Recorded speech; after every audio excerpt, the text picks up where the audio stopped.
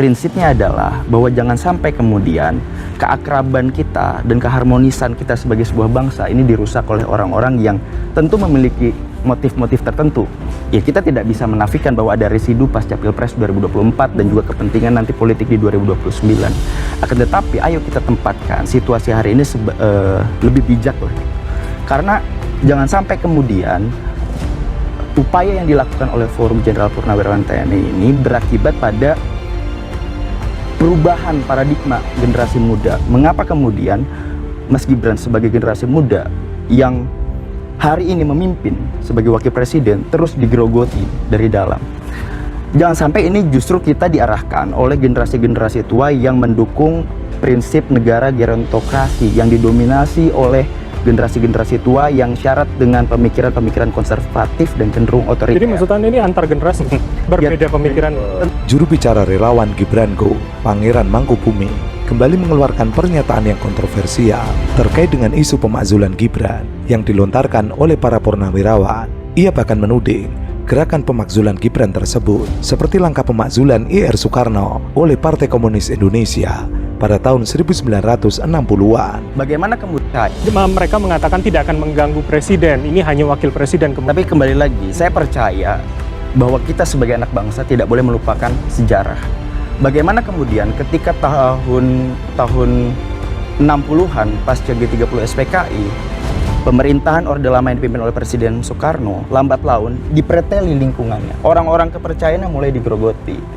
Ini kan tentu bisa menjadi sebuah indikasi bahwa salah satu upaya kudeta merangkak yang dilakukan oleh pemerintah kekuasaan pada saat itu ya kurang lebih seperti itu. Oke, dan Anda melihat polanya ke sana. Ini hanya pintu masuk. Oke, menarik. Saya ke Bang Raffi terlebih dahulu. Ya. Jadi kalau dianggap itu kemudian pintu masuk, tidak kemudian bisa didalami lagi paling tidak. Tentu saja pernyataan tersebut berbahaya karena para purnawirawan adalah orang-orang yang berjasa menjaga kesatuan Republik Indonesia dari musuh dalam negeri hingga luar negeri. Bukan hanya itu saja, ia mengatakan bahwa gerakan purnawirawan tersebut adalah gerakan konservatif, atau sebelumnya ia menyebut dengan orang-orang yang memiliki pemikiran kolot. Kontan saja para narasumber yang mendengar pernyataan tersebut langsung menggerundel. Berguna nggak perbandingan itu? Kan di kepalamu tadi begitu banyak hal yang Anda anggap nggak penting itu. Karena yang paling penting adalah titipkan bangsa ini pada anak muda itu. Anak muda itu berkumpul di PSI, tempatnya Ade. Isinya orang tua. Dan yang akan jadi ketua orang tua. Coba bersihkan tuh cara berpikirnya. Saya yang pertama kali justru mendorong si Raja Yuli, mendorong Grace Natali untuk memastikan bahwa partai ini akan jadi partai ideologis in optima forma. Sebelum dia jadi PSI, saya ngajar di situ. Saya Made. Anda lihat jurnal PSI pertama yang nulis saya, judulnya Arah Generasi. Baca nggak? Baca nggak? Anda baca? Anda baca tulisan saya di situ? Saya mendengar. Ya? Saya mendengar, tapi saya tidak. Oke, ada yang membaca dengan kuping rupanya. Kan itu baca tuh. Saya tuliskan di situ argumen mengapa PSI harus jadi arah generasi. Bukan diarah-arahkan oleh pemodal, oleh bapaknya tuh. Itu maksudnya memihak pada sesuatu, berpihak pada jalan pikirannya. Saya nggak pernah berpihak pada siapa-siapa, saya berpihak pada jalan pikiran di dalam urusan publik. Pengamat politik Rocky Gerung menggulai juru bicara Gibran-Go di acara Rakyat Bersuara. Rocky mengatakan bahwa ia lebih tahu Gibran ketimbang dirinya.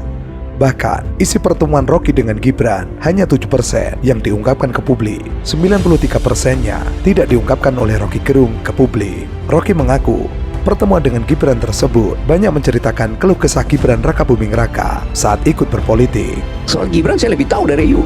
Gibran datang ke rumah saya, ngeluh, ngadu. Kalau saya buka lagi di sini, yang saya buka pernah buka di situ cuma 7%. Serius, masih ada 93%. Nama-nama itu 10% lagi boleh lah. kenapa? 10% lagi. Honor saya naik berapa persen? Oh, ini saya tukar tambah informasi sekarang. Saya mau jualan informasi. Sisakan 83. Ya. Informasi mahal sekarang. Jadi kita mau lihat keadaan bangsa ini di dalam kegugupan kita untuk membaca masa depan. Anda Gibranku, Anda baca nggak proposal Indonesia 3 hari lalu di sidang ILO di Geneva? Baca?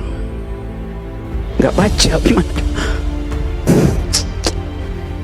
Itu soal nasib tenaga kerja, buruh, dan manusia Indonesia berhadapan dengan artificial intelligence yang nanti 3 tahun lagi itu akan menguasai sistem perburuan dunia. Yang ngomong di situ siapa? Jumhur Hidayat, yang naik panggung sama-sama Prabowo ketika hari buruh. Terus Anda nggak tahu apa yang Anda akan terangkan pada Gibran kalau Gibran bertanya ILO itu apa? Rocky Gerung lalu mempertanyakan kepada juru bicara Gibranku, apakah ia telah membaca tulisannya yang pertama kali dimuat di jurnal PSI. Pasalnya, saat ini PSI ganti haluan. Dari dulunya adalah partai anak muda, kini akan dipimpin oleh generasi tua. Artinya tidak punya idealisme terkait dengan partai anak muda.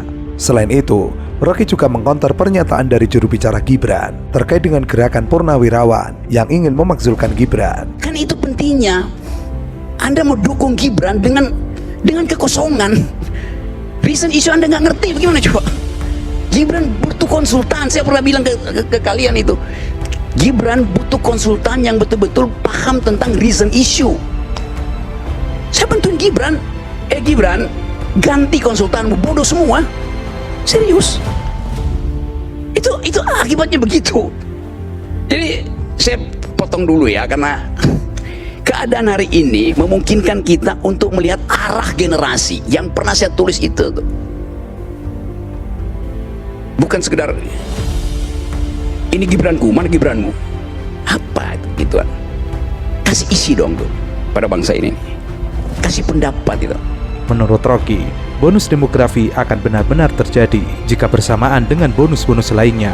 Hal tersebut tidak hanya berbicara terkait jumlah penduduk, namun juga bagaimana kualitas mereka. Maka yang perlu menjadi sasaran prioritas pemerintah saat ini mestinya pendidikan anak-anak Indonesia. Menurut Rocky, jangan terlebih dahulu berbicara tentang bonus demografi jika yang menjadi pekerjaan rumah paling utama belum selesai dikerjakan, padahal itu merupakan penunjang kemajuan. Jadi Gibranmu adalah Gibranmu, bukan Gibranku. Nggak ada soal juga di situ. Tapi yang kita mau pastikan bukan pemaksulan Gibran, tapi menghentikan kedunguan yang diproduksi termasuk oleh Gibran. Kalau Gibran bukan wakil presiden, nggak mungkin istilah kedunguan itu saya terapkan pada beliau itu. Tetapi karena pejabat publik itu ada standarnya, maka kita terpaksa mesti terangkan itu. Pikiran Purnawirawan mengintip soal kedunguan apa enggak? Ya mungkin tidak. Dia mengintip soal pelanggaran etik di Mahkamah Konstitusi. Dan pelanggaran etik itu adalah hoax. Nggak benar pelanggaran etik tuh. Ya kan? Hoax kan? Ya. CC Jimli Asidik.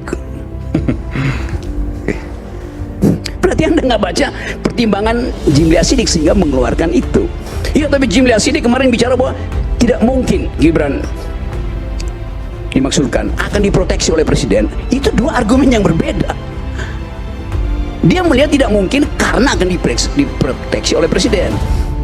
Jadi dia mengetahui akan diproteksi, oleh karena itu dia batalkan pelanggaran etisnya. Menurut Rocky, tidak heran jika Gibran tidak memahami istilah semacam itu karena yang disampaikan tidak keluar dari pikirannya sendiri. Hal tersebut terlihat saat Gibran berbicara di depan kamera. Tatapannya terlihat kosong. Jika memang disampaikan tersebut telah terkonsep di dalam kepalanya, maka dengan segala teknik apapun bisa ditaklukkan.